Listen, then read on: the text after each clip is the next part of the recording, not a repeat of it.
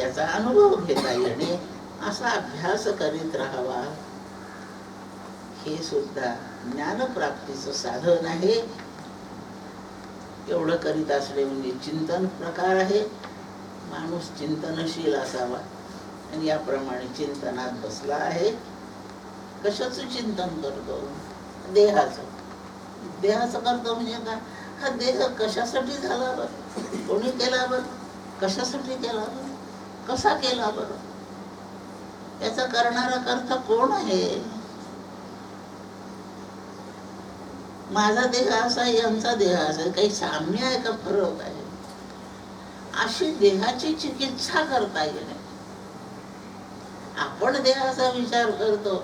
5.5 फूट उंची आहे, रंग गोरा आहे, नाक सरळ आहे, पाय चांगले आहेत, ऑलिम्पिक मध्ये धावता येतं. या शरीराला बी कॉम्प्लेक्स देत राहिलं पाहिजे. मधून मधून बीट खाल्लं पाहिजे, 2-4 अंडी खाल्ली पाहिजे. आपण शरीराबद्दलच विचार करतो, पण असा करतो. त्याला कसं सजवू असं करतो. कपडे लत्ते त्याचे कसे आणू असं विचार करतो. सौंदर्याच्या तुलना करतो. सुंदर नसतो, वाईट वाटत राहतो. सुंदर असतो तर अहंकार होत राहतो. सुंदर माणूस दुसऱ्यांना तुच्छ लेखतो. निरोगी माणूस आजारी माणसांना नावं ठेवतो. आपली देह चिकित्सा अशी चालते. काय चिकित्सा करायची? कोणी बनवला? काळा असो वा गोरा असो, कोणी बनवला? कशासाठी बनवला? गाईचा देह वेगळा बनवला, म्हशीचा वेगळा, कुत्र्याचा वेगळा, माझा असा का वेगळा बनवला?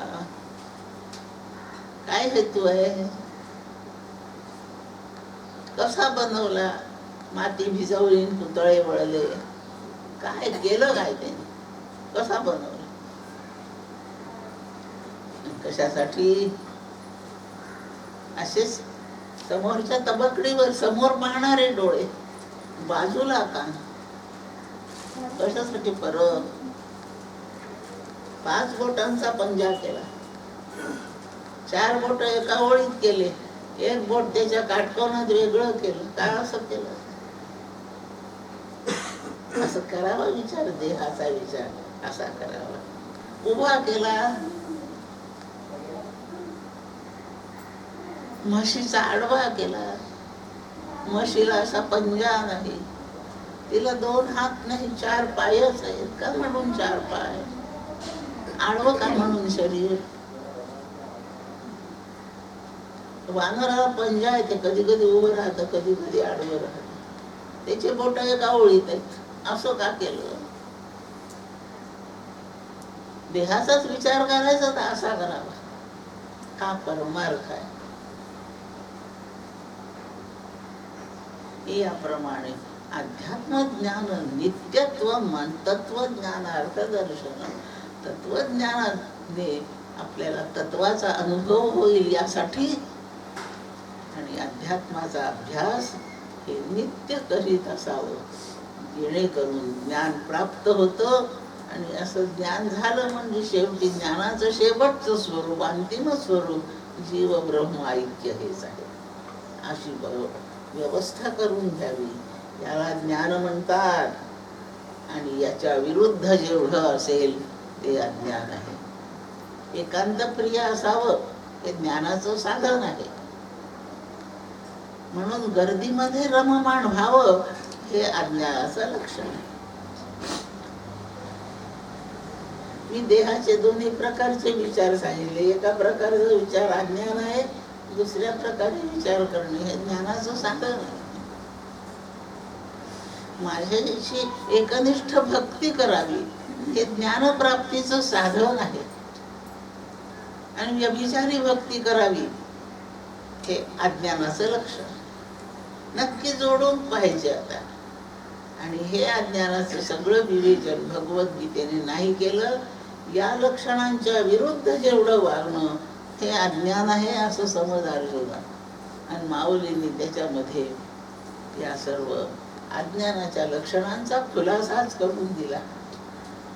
काही नाही तरी मला वाटतं 13व्या अध्यायामध्ये या 11व्या श्लोकावरचं ज्ञानेश्वरीचं भाष्य वाचावंच अगदी. म्हणजे तिथे आपण कुठे बसतो काय कळेल. आणि जर बसत असू त्यातल्या कशामध्ये आपण, तर त्यातून बाहेर सुटण्याचा प्रयत्न करा. असं मजेदार छान लिहिलेलं आहे. जो नम्र नाही त्याचं वर्णन, जो नम्र नाही तो अज्ञानी. हे सांगताना माऊली वर्णन करते, लाटणे ऐसा न लवे. पोळ्या करायचं जे लाटणं असतं, एवढंच तुटूक असतं ते लाकडाचं, ते काही केल्या वाकत नाही, माहित आहे ना. लांब काठी असली तर थोडीशी वाकते बरं, पण ते एवढंच असतंय, पण ते बिलकुलच वाकत नाही. माऊलीने कधी पोळ्या केल्या मला माहित नाही, त्यांच्या घरी कसं लाटणं होतं तेही माहित नाही. पण लाटणे ऐसा न लवे, नाहीच झुकत, नाहीच वाकत. नमस्काराला नाहीच वाकत कधी, अजिबात नाही. एकदा असाच एक प्रोजेक्ट घ्या, प्रयोग मांडा एक करायला. लोक नमस्कार कसा कसा करतात एवढं. किती प्रकारांनी नमस्कार आहे. जो लवतो तो ज्ञानी असतो आणि जो वाकतच नाही तो अज्ञानी आहे, असं भगवद्गीता म्हणते. आता साष्टांग नमस्कार घातला म्हणजे लावला, पूर्णच वाकला, मग तो ज्ञानी झाला. कदाचित तो ढोंगी असू शकतो, अदंभित्व, त्याच्याशी ते दंभ का काय एवढं खात्री करून घ्या. नाही तर ज्याने साष्टांग नमस्कार घातला तो ज्ञानीच. ते ज्ञानाचं एक लक्षण नम्रच, अगदी नम्र असावं, वाकलेलं असावं. देवळात शिरताना वाकलेल्या माणसाचं कपाळ कधी कशावर आदळत नाही, वाकून चाललं, वाकलेलं असावं. अज्ञानाची सगळी लक्षणे याच्या अगदी विरुद्ध आहे, असं ध्यानात ठेवावं. ज्ञेयं यत्तत् प्रवक्ष्यामि यज्ञात्वामृतमश्नुते अनादिमत् परं ब्रह्म न सत्तन्नासदुच्यते. पुढचा भाग सुरू होतो. पहिल्यांदा क्षेत्राचं वर्णन झालं, त्याचे सगळे घटक पंचमहाभूते वगैरे झाले. दुसरं ज्ञान साधने झाली, अमानित्वम अदंभित्वम. आता ज्ञेय वस्तू कशी आहे तिची थोडीशी ओळख करून देण्याचा प्रयत्न आहे. त्याची लक्षणे सांगणं चाललंय. ज्ञेय वस्तूची लक्षणे, जाणण्यास योग्य ते ज्ञेय.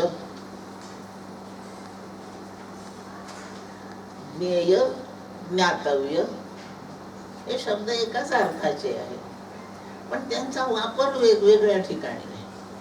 जे अवश्यमेय जाणलं पाहिजे त्याला ज्ञेय म्हणतात, आणि जे सर्वसाधारण जाणलं पाहिजे त्याला ज्ञातव्य म्हणतात. एकमेकाच्या ऐवजी दोन्ही शब्द चालतात ते, पण त्यांचा साधारण प्रयोग करण्याची रीत आहे. ज्ञेय म्हणजे अवश्य जाणलंच पाहिजे, ते जाणून जमणारच नाही, जीवन धन्य होणारच नाही जाणल्याशिवाय. अशी जी वस्तू ती ज्ञेय, अवश्यपणे जाणलीच पाहिजे अशी वस्तू म्हणजे ज्ञेय. ज्ञेयं यत्, जे तसं ज्ञेय आहे ते. ज्ञेयं यत्तत् प्रवक्ष्यामि, असं खूप खुलासेवार आता तुला सांगणार आहे मी. ज्ञेय वस्तूच्या लक्षणासह अगदी बारकाव्याने स्पष्ट करून मी आता तुला सांगणार आहे. प्रवक्ष्यामि. तुझ्या डोक्यात प्रश्न येईल की ती जाणली म्हणजे काय उपयोग होईल, मला काय फळ मिळेल, जाणण्याचा काय लाभ आहे. एवढी खुलासेवार तू होऊन मला जो सांगतो आहे त्यात मला काय लाभ आहे. यज्ञात्वा अमृतम अश्नुते, जे जाणलं असता अमर भावाची प्राप्ती होते. मृत्यूच्या पलीकडची स्थिती आहे, मृत्यू होणारच नाही अशीच अवस्था प्राप्त होते. अमरत्वाला प्राप्त होतो. अमर वस्तू फक्त ब्रह्मवस्तूच आहे, म्हणून ब्रह्मत्वाला प्राप्त होतो. आता ती ज्ञेय वस्तू कोणती, ती मी तुला अशी खुलासेवार ऐकवतो. जे माहीत करून घेतलं असताना ऐकणार तू अमरत्वाला प्राप्त होशील, ब्रह्मभावालाच प्राप्त होशील. यश ज्ञात्वा अमृतम अश्नुते. कशी आहे ती वस्तू? अनादिमत परम ब्रह्म. ती सत नाही, ती असत पण नाही. अशा प्रकारे तिची लक्षणे सांगण्यात आलेली आहे. ही वस्तू मनुष्य शरीरात जन्मलेल्या या सर्व जीवांनी अवश्यमेव जाणली पाहिजे अशी आहे. ती जाणली असताना जाणणारा अमृत होतो. ती वस्तू अनादिमत आहे, ती परम अशी आहे. तिला ब्रह्म म्हणतात. ती सत आहे असंही नाही सांगतायत आणि ती असत आहे असंही नाही म्हणतात. इतकी लक्षणे सांगितली ज्ञेय वस्तूची. लक्षात ठेवू, आपल्याला लक्षात असंच ठेवायचं आहे की ती वस्तू अनादिमत आहे, एक लक्षण. परम सर्वश्रेष्ठ प्रकारची आहे, दुसरे लक्षण. ती सत नाही, तिसरं लक्षण. ती असत नाही, चौथं लक्षण. आणि ती ब्रह्म आहे किंवा तिला ब्रह्म म्हणतात. एवढ्या लक्षणांसह तुला आता ज्ञेय वस्तू शिकवतो. भगवंत प्रतिज्ञा करून बोलतात, प्रवक्ष्यामी. महत्वाचा जोर याच वस्तूवर देणार आहे मी. शिकवण्यामध्ये महत्वाचं हेच आहे. इकडेच अंगुली निर्देश करतोय मी. बाकीचं पुष्कळ पसारा सांगितला, पण आता अत्यंत महत्वाचं जे सांगतोय ती ज्ञेय वस्तू सांगतोय. ती वस्तू अनादि आहे. अनादि शब्दाचा दोन अर्थ आहेत. दोन्ही याला लागू पडतात. त्यापेक्षा एकच अर्थ लागू पडतो असं आपण शिकून घेऊ. अनादि म्हणजे जिची सुरुवात कधी झाली हे माहित नाही अशी. आरंभ कधी झाला, उत्पन्न कधी झाले, तिची जन्मतिथी काय आहे हे जन्म सांगता येत नाही. तेव्हा त्या वस्तूला अनादि म्हणतात. उदाहरणार्थ, ही सृष्टी कधी जन्मली आपल्याला, आपण कधी जन्मलो हे सांगता येतं, जन्मतिथी माहित आहे. आणि संपूर्ण सृष्टी कधी जन्मली, किती वर्ष झाले, हिचं आता आयुष्य किती झालंय, ही जन्मली कधी याची जन्मतिथी आपल्याला सृष्टीच्या बद्दलची माहीतच नाही. 10 वर्ष झाले का, 15 वर्ष झाले का, 50 वर्ष झाली का, नाही जास्त झाली. माझ्या वडिलांच्या वेळेला होती, पण आमचे वडील गोष्टी बोलायचे म्हणजे त्यांच्या वडिलांच्या वेळेला ती होती. ज्ञानेश्वर महाराजांना 700 वर्ष झाली म्हणतात, म्हणजे 700 वर्षाच्या तेव्हा ती होती. रामाला 5000 वर्ष झाली म्हणतात, म्हणजे रामाच्या वेळेला होती. राम त्या रघुवंशातले मला वाटतं काही 36वी काही 35वी काही पिढी आहे, म्हणजे इतक्या पिढ्या आधी सृष्टी होती. त्यांच्या वंशात मांधाता नृप होऊन गेला. रामाच्या कित्येक पिढ्या आधी मांधाता झाला, मग तेव्हा ही सृष्टी होती. मग नक्की कधीपासून आहे, आता किती वर्षे झाली.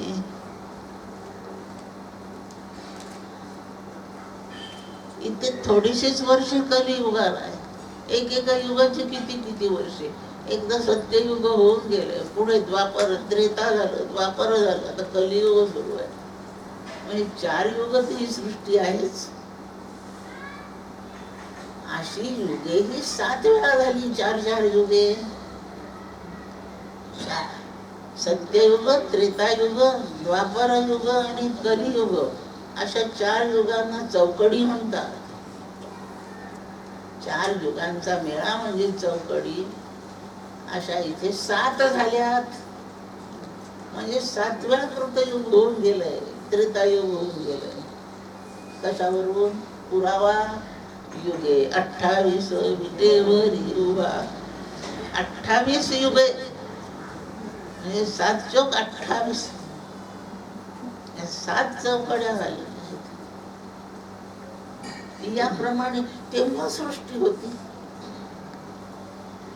वेद त्याच्या आधीपासून आहेत म्हणून तेव्हा सृष्टी होती. मग सांगा ना, नक्की कधी जन्मली? नाही माहिती. तिचं आज आयुष्य किती माहित नाही, जन्मतिथी माहित नाही. जन्मतिथी माहित नाही म्हणजे आधी म्हणजे हिचा आरंभ क्षण माहित नाही आपल्याला, म्हणून ही सृष्टी अनादी आहे. दुसरं ब्रह्मवस्तू कधीपासून आहे? ब्रह्माचा सुरुवातीचा दिवस कोणता तोही नाही सांगता येत.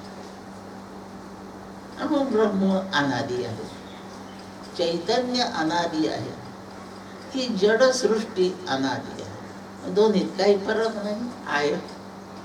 ही सृष्टी एक दिवस संपणार आहे. ही उत्पन्न झाली आहे म्हणून ही संपणारच आहे. जे संपून जातं त्याला अंत आहे, शांत आहे ही सृष्टी. सृष्टी अनादी आहे पण शांत आहे. आणि चैतन्य संपणारच नाही म्हणून ते अनंत आहे. ब्रह्मवस्तू अनादी आहे तशी अनंत आहे. ही सृष्टी म्हणजे हा प्रकृतीचा पसारा, म्हणजे हा मायेचा पसारा, हे दृश्य विश्व. त्याचा सुरुवातीचा दिवस माहित नाही म्हणून हे अनादी आहे, पण संपणार एक दिवस म्हणून हे शांत आहे. असं वर्णन. अनादीचा अर्थ जन्मतिथी ज्याची नक्की माहीतच नसते, सांगता येत नाही, ते अनादी. दुसरं ज्याला आरंभच नाही, निर्मितीचा दिवसच नाही. शुभारंभ कधी हे तर सांगणे सोडून द्या, पण त्याचा शुभारंभही होत नाही, असं असणार ते सुद्धा अनादी. उत्पन्न न होता ते आहेच आहे, असं आहेच आहे, ते सुद्धा अनादी. ब्रह्मवस्तू त्या प्रकारचं अनादी आहे ज्याचा आधीच नाही, म्हणजे जन्मत नाही. कारण जन्मल्याचं दुर्दैव असं आहे की त्याला संपावं लागतं. आणि ब्रह्मचैतन्य हे अविनाशी आहे, नित्य आहे, संपत नाही, संपत नाही म्हणून ते अनादी आहे. त्याला आधीच नसला पाहिजे. कारण आधीचा शेवट सगळ्यांच्या आपल्या ओळखीचा आहे, ते संपतातच. ब्रह्म संपत नाही, चैतन्य कायम स्वरूपी आहे. ह्या सगळ्या पसाऱ्याचा नाश नोंदवून घ्यायचा कोणीतरी असतो, पण ब्रह्म संपल्याची नोंद घ्यायला कोणी शिल्लक नसतं, नाहीच आहे. ते शेवट आहे.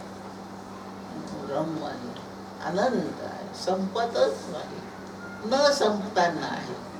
मग सृष्टी कोणी केली? चा निर्माता आहे. लाकूड कोणी केलं, झाड कोणी केलं, पाणी कोणी केलं, माणसं कोणी केले, यांचे निर्माते. आणि निर्माण झाल्यावर हे आहेत. मग ब्रह्म निर्माण न होत आहे कसं? निर्माण न करताना जे असतं त्याला स्वयंभू म्हणतात. निर्माण करून जे असतं ते स्वयंभू नाही, निर्माण न करता असतं ते स्वयंभू. ब्रह्म स्वयंभू ब्रह्मणे नमः अशी बृहदारण्यक श्रुती आहे. ते स्वयंभूच आहे, ते आहे हेच त्याचं लक्षण, हाच त्याचा स्वरूप भाव आहे. अशी ब्रह्मवस्तू आणि तीच जाणण्यास योग्य आहे. विनाशी गोष्टीचा विनाशीत्व भाव जाणून काय लाभ नाही. अविनाशीत्व जाणायची, मग ती जाणली ती अविनाशी आहे, मला काय त्याचा फायदा? म्हणून अविनाशी वस्तू, ज्ञेय वस्तू, ब्रह्मवस्तू जाणण्याचं स्वरूपच असं आहे की ते मी आहे हे समजणे. परीक्षेचा रिझल्ट लागला 12वीचा आणि सारखा तो वर्तमानपत्र घेऊन ओरडत चाललाय रस्त्याने. आम्ही शिकत होतो त्यावेळेला वर्तमानपत्राकडे पहिल्यांदा रिझल्ट पोहोचायचा, वर्तमानपत्र लागली छापून काढलं जायचं आणि वर्तमानपत्र विकणारे रस्त्याने ओरडत ओरडत चालायचे.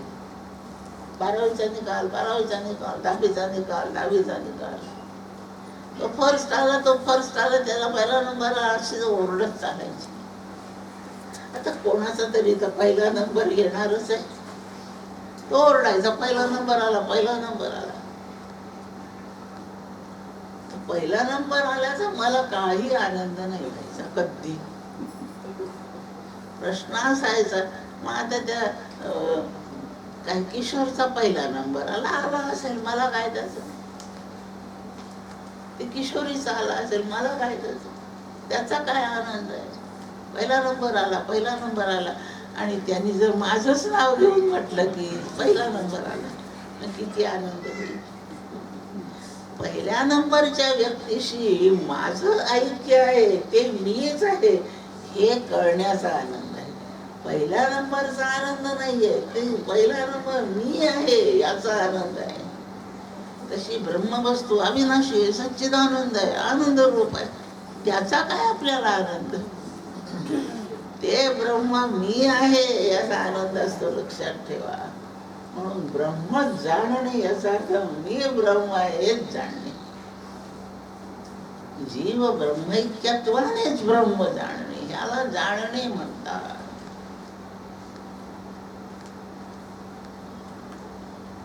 ती आई आहे, ती आई आहे, ती आई झाली, ती आई झाली याचा नाही आनंद, मी आई झाले याचा आनंद.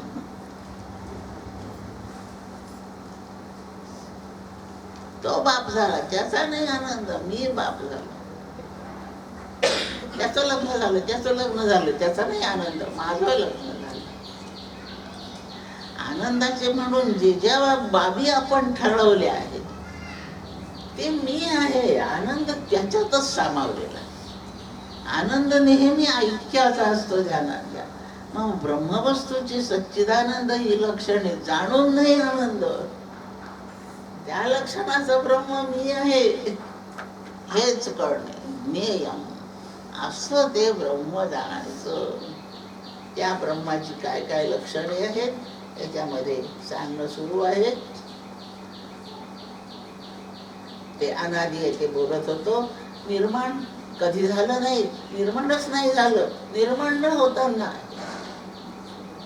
थोडासा जवळचा दृष्टांत, मातीचे घट निर्माण होऊन असतात, आधी निर्माण होतात मग असतात काही काळ. पण माती निर्माण न होताच आहे का नाही आपल्यासाठी विचार करा. पृथ्वीच्या वेळी ती झाली असेल, तितके मागे जाऊ नका, दृष्टांत मर्यादेतच पाहून घेऊ. घटसृष्टीचा जो विचार केला तर घटसृष्टी निर्माण होते. तो घट 10 तारखेला तयार केला की 12 तारखेला केला हे सांगता येतं. माती तशी सृष्टी कधी झाली सांगता येते. ब्रह्मवस्तू नाही, ब्रह्मवस्तू मातीच्या जागी आहे आणि ही सृष्टी घटांच्या जागी आहे. याप्रमाणे ब्रह्मवस्तू निर्माण न होता आहे, सुवर्ण निर्माण न होता आहे, अलंकार निर्माण होतात, माती निर्माण न होताना आहे, घट निर्माण होतात, सृष्टी निर्माण झाल्यावर आहे, ब्रह्म निर्माण न होताना. असं ते अनादिमत. अनादि आणि अनादिमत अर्थ सारखाच आहे. मत प्रत्ययाने तोच अर्थ राहतो आहे. याप्रमाणे अनादिमत परम सर्वश्रेष्ठ. श्रेष्ठत्वाचे काही लक्षणं असतात. एक तर आकाराने मोठं पाहिजे म्हणजे त्याला श्रेष्ठ म्हणतात. सर्वांच्या पेक्षा जास्त आयुष्याचं पाहिजे म्हणजे त्याला मोठं. पैसा अडका ऐश्वर्य सर्वात जास्त पाहिजे म्हणजे त्याला मोठा म्हणतात. ते म्हणजे आमच्यापेक्षा फारच मोठे आहे, म्हणजे जास्त श्रीमंत आहे. ते मोठे लोक आहेत हो, म्हणजे आमच्यापेक्षा जास्त शिकलेले आहे. तो म्हणजे माझ्यापेक्षा चांगलाच मोठा आहे, म्हणजे जाडजूड खूप आहे. आमच्या अमरावतीत तितका मोठा नाही हो, म्हणजे तो फारच उंच आहे. असं काही काही एक एक लक्षणात मोठेपणा असतो, त्याला मोठं म्हणायचं. आणि त्याच्यापेक्षा आणखीन मोठं काही नसावं म्हणजे ते मोठेपण सिद्ध होतं. आता ब्रह्मवस्तू परम म्हणजे सर्वश्रेष्ठ, सर्वात मोठी महिम्याची आहे, म्हणजे तितकं श्रेष्ठत्व कशालाच नसतं. सर्वात जास्त आयुष्य ब्रह्माचंच आहे, कारण त्याला मरण नाहीये. ते खूप मोठं आहे, म्हणजे सर्व व्यापी आहे. मी सुद्धा खूप मोठी आहे, पण 2-3 फुटच जागा पुरली. ब्रह्म त्रिभुवनाला व्यापून पुरलं. भूजल तेज समीरख, रवी शशी काष्ठा देखी असे भरला. स्थिर जर व्यापून अवघा तो परमात्मा, दशांगुले उरला. पादोस्य विश्वाभूतानि, त्रिपादस्यामृतं दिवी. या श्रुतीचं ते भाषांतर आहे मराठीमध्ये. सगळ्यांना व्यापून शिल्लकच आहे. साखर आणा बर का विकत. आता जरा पाहुणे येत आहेत, पुष्कळ आणा साखर. आणली साखरेचा एवढा डबा आहे आमच्याकडे, भरली त्याच्यात आणलेली आणि उरली. आता पुष्कळ झाली. डबा इतका रिकामा राहिला तरी कमी आहे वाटतं. भरला डबा भरला, बरं डबा भरून उरली पाहिजे म्हणजे पुष्कळ झाली. स्वयंपाक पुष्कळ करावं का? पुष्कळ म्हणजे किती करा? 10 माणसं जेवायला येत आहेत, ते जेवून 4 पोळ्या उरल्या पाहिजे म्हणजे स्वयंपाक पुष्कळ केला. जेमतेमच लोक जेवले, शेवटी दातातलं करून घास खाल्लेले, त्याला पुष्कळ स्वयंपाक नाही म्हणून. सगळे जेवून जो उरतो तो स्वयंपाक पुष्कळ. सगळ्यांना सगळं पाहिजे तेवढं मिळाल्यावरही जे शिल्लक राहतं. प्रसाद वाटला, पेढे, ज्यांनी पेढे आणले ते विचारतात पुरले का? त्याचं उत्तर काय असायला पाहिजे? पुरले काचं उत्तर काय? उरले. उरले काय या प्रश्नाचं उत्तर उरले हे पाहिजे. ब्रह्मवस्तू पुष्कळ आहे, मोठी आहे. किती आहे? उरली. कशातून उरली? सर्वांना व्यापून. याच्यात थोडं चैतन्य आहे, त्याच्यात दिलंय, त्याला चैतन्य मिळालंय, याला दिलं गेलंय, सगळ्यांना चैतन्य देऊन ते शिल्लक. भूजल तेज समीर पंचमहाभूते, रवी शशी काष्ठ इत्यादी असे भरला. स्थिर अस्थिर चर अचर या सगळ्यांना व्यापलं. आता व्यापायसाठी काहीच उरलं नाही तर ते उरलंच आहे. थोडक्यात सर्वव्यापी अनंत आहे, परिच्छेदच नाही. ते कालही पुरलं. श्रीखंड किती केलं? काल 50 माणसं जेवले, 10 आणखीन आले तरी त्यांनाही पुरलं. आणि फ्रीज असल्यामुळे बरं झालं, उरलेलं ठेवलंय त्याच्यामध्ये. आजही 3 माणसं जेवले, 4 दिवस झाले, श्रीखंड पुरतच आहे.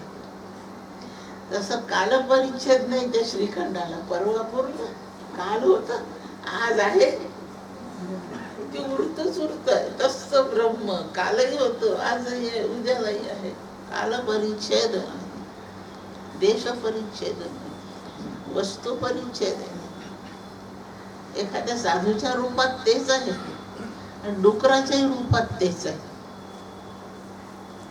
तो माणूस फार परोपकारी म्हणून त्याच्यात ब्रह्म आहे बा, पण व्याघ्रसिंह दुसऱ्याचे घात करतात, त्यांच्यातही तेच ब्रह्म आहे. असं समबुद्धीने सर्व व्याप असतो. मग उरलं कशासाठी? सगळ्यात भरल्यावर उरलं कशासाठी? हे जेवढं सर्वात भरलंय हे सर्व उपाध्या संपणाऱ्या आहेत.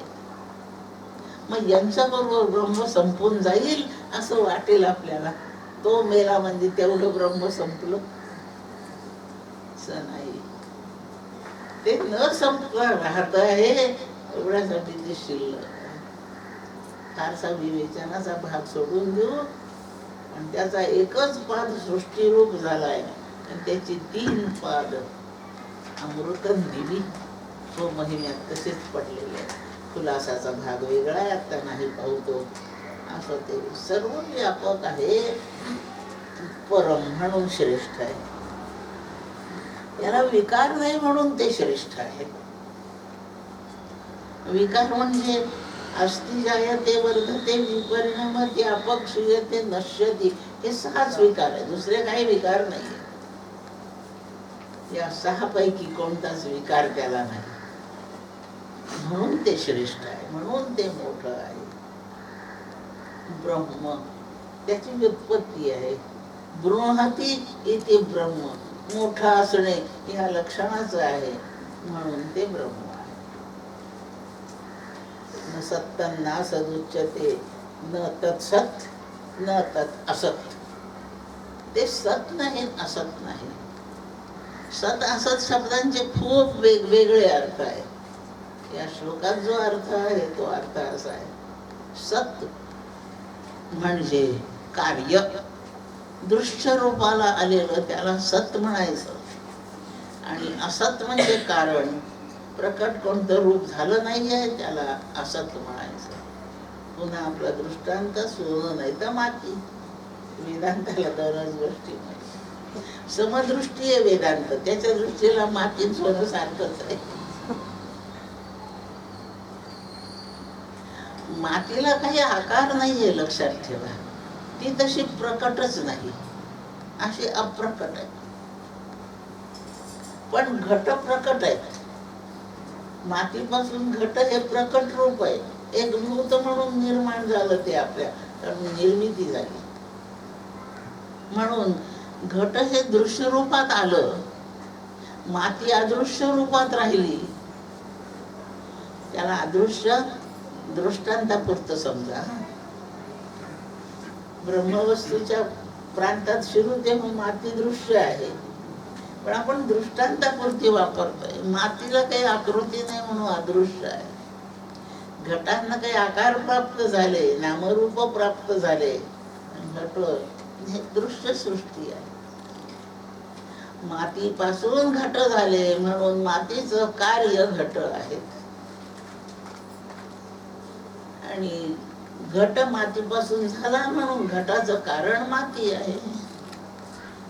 जे अदृश्य आहे, आकृतीत नाही, आकाराला आलं नाही, पण आहेच आहे, अशी जी माती, तिला एक रूप पहा, तिला आकार प्राप्त झाले, घट तयार झाले.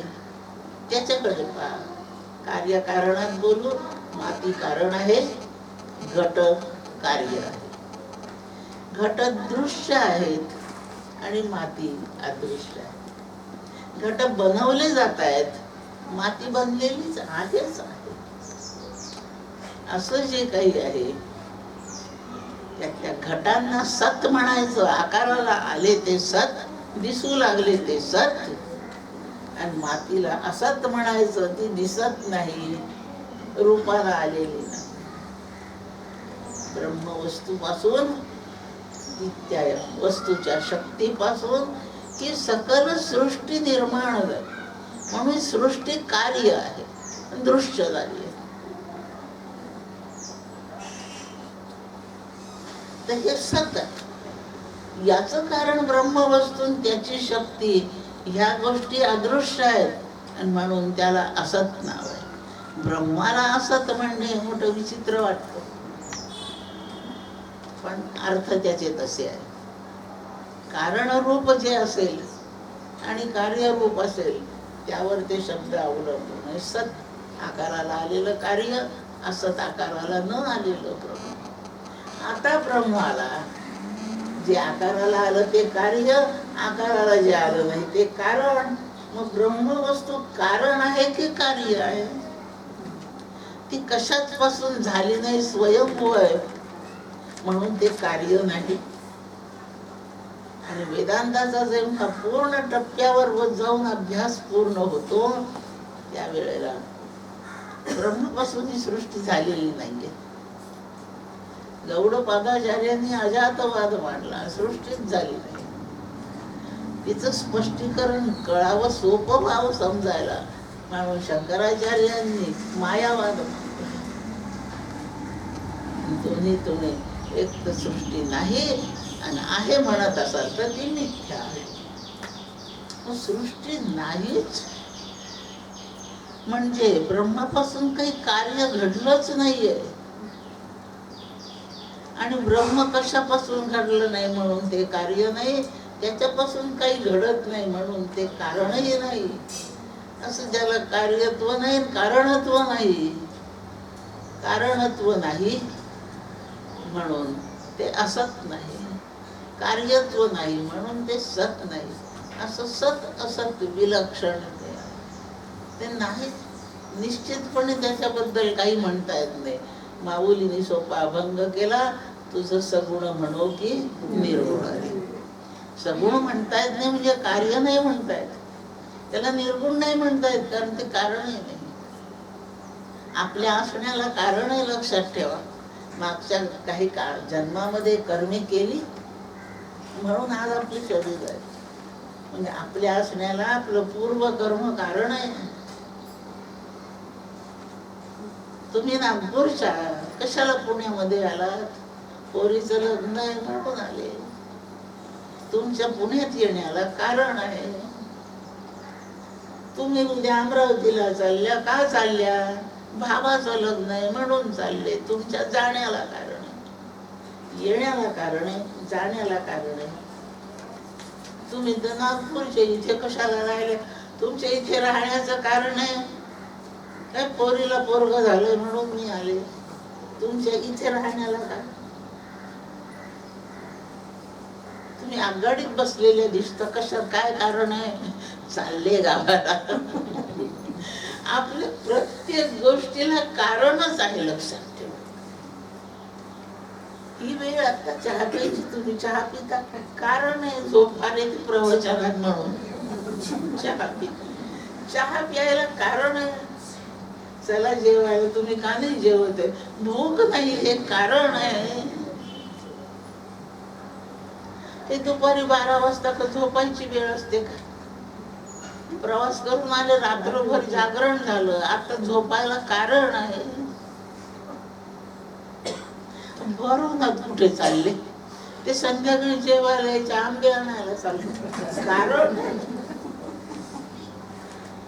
एवढ्या उन्हाळ्यामध्ये ते 40 डिग्री टेम्परेचर, स्वेटर घातला, कालपासून थंडी ताप येतोय, कारण. इथली मला एखादी तरी गोष्ट आपण सांगा की जी करताना कारण घडतच नाही. इथली प्रत्येक गोष्ट सकारात्मक. इथे असण्याला कारण, इथून जाण्याला कारण, तिकडून येण्याला कारण, बसण्याला कारण, उभं राहण्याला कारण. आता ब्रह्म असण्याचं काय कारण आहे? आपल्या असण्याची कर्माधिक कारणे आहे. ब्रह्म कशा पर्याय? काय कारण आहे ब्रह्मानी असण्याचं? थोडसा विनोदाच्या भाषेत बोलू, ब्रह्म विना कारण आहे. त्याच्या असण्याला कारण नाही हो, लक्षात ठेवा. असतच असे, असतच असे.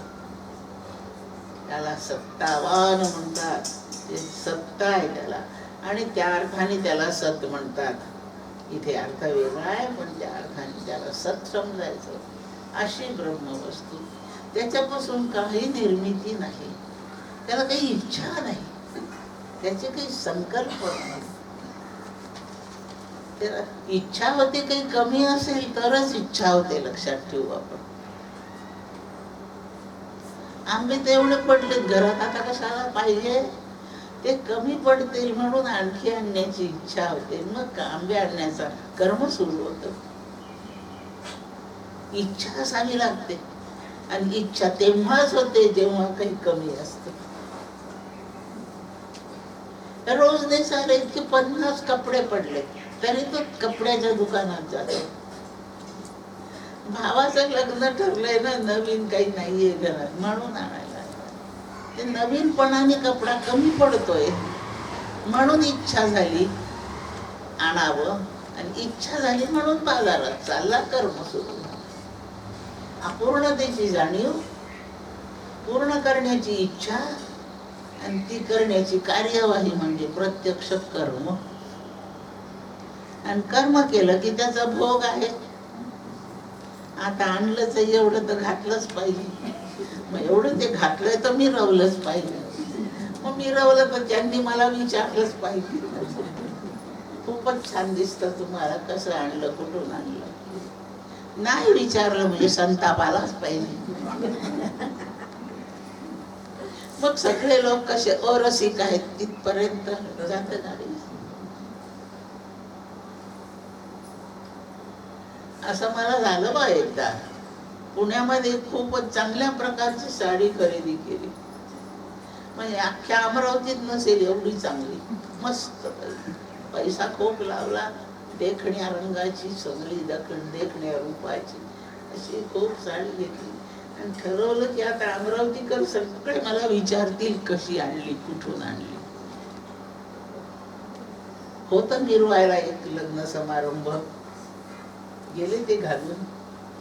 म्हटलं तर त्या नवरा नवरीला कोणी पाहणार नाही, माझी साडी पाहणार किती चांगली आहे म्हणून.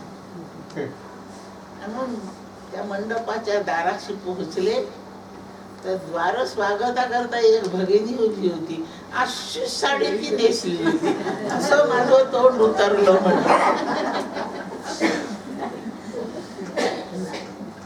म्हणजे एवढी साडी घेतल्याचा आनंद नाही, नेसल्याचा आनंद. लोकांनी कौतुक केलं नाही असं वाईट वाटलेच. हे असंच त्याच्यावर कबीर महाराज एक छान दोहा लिहितात. काशीमध्ये ते राहायचे, गंगेच्या घाटावरच राहायचे.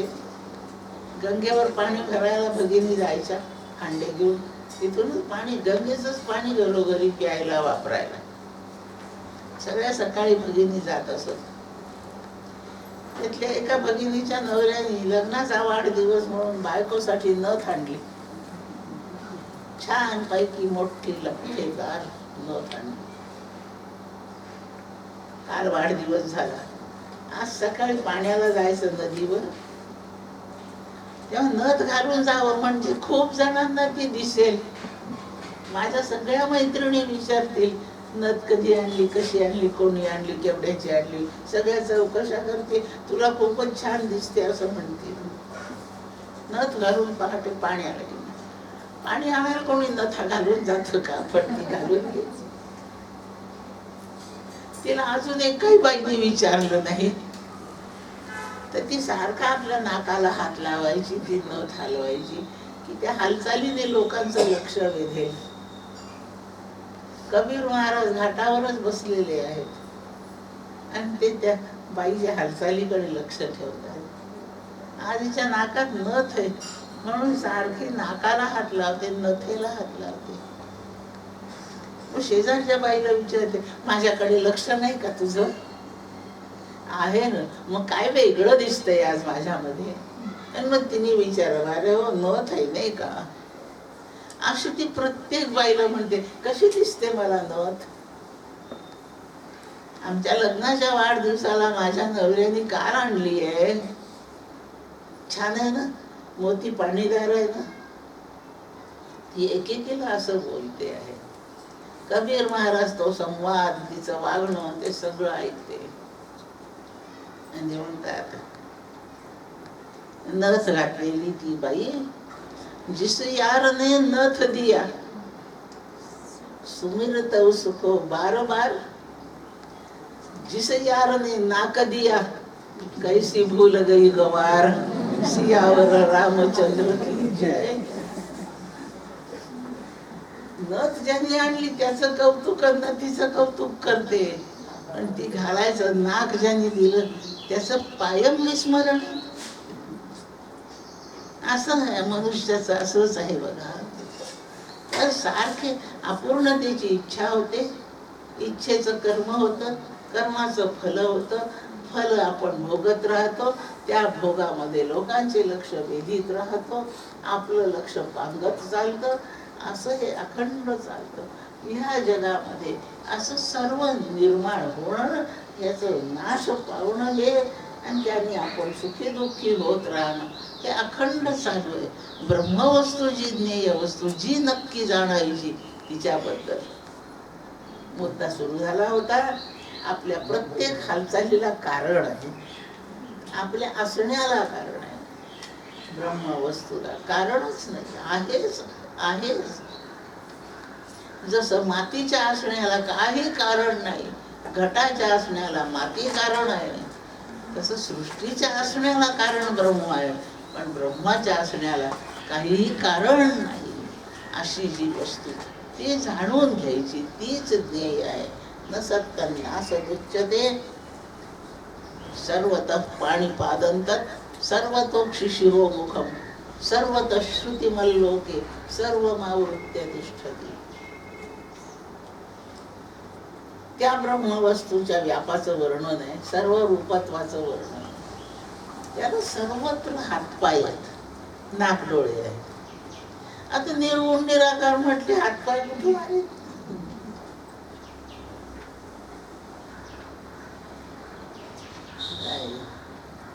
जवनो गृहीता अपाणिपादो जवनो गृहीता पश्यते चक्षुष शृणोत्य कर्णः.